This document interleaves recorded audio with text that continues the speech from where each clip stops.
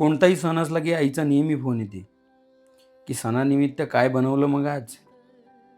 आता तिला काय सांगू? मेसवरच्या डब्याचं पाण्याचं वरण आणि कच्ची पोळी खाऊन मी सण साजरा करतो म्हणून.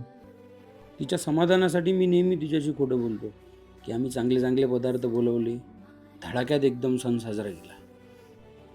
मला नेहमी वाटते, की माझ्या आईला इथं आणावं, माझ्यासोबत तिला ठेवावं. घरी 10-10 वाजेपर्यंत झोपणारा मी आणि प्रेमाने उठवणारी माझी आई, आज इच्छा असूनही तिला मी इथं ठेवू शकत नाही. गावात असणारे माझे अशिक्षित मित्र मी प्रत्येक गोष्ट तिला माझ्या मनातली सांगू शकत होतो. पण इथे मी या मित्रांसोबत रोज राहून सुद्धा याला काही सांगू शकत नाही. भीती वाटते. कधी-कधी वाटते आईला सगळ्या गोष्टी सांगून द्या. पण सांगितल्यानंतर तिला दुःख होईल. म्हणून आपणच आपलं दुःख पिऊन घ्यायचं. कधी-कधी तर असं वाटते बॅग घ्यायची, धावत सुटायचं, गावच्या बसमध्ये बसायचं आणि निघून जायचं. पण मग डोळ्यासमोर येतात जिम्मेदाऱ्या. मी थांबलो तर घर कसं चालणार?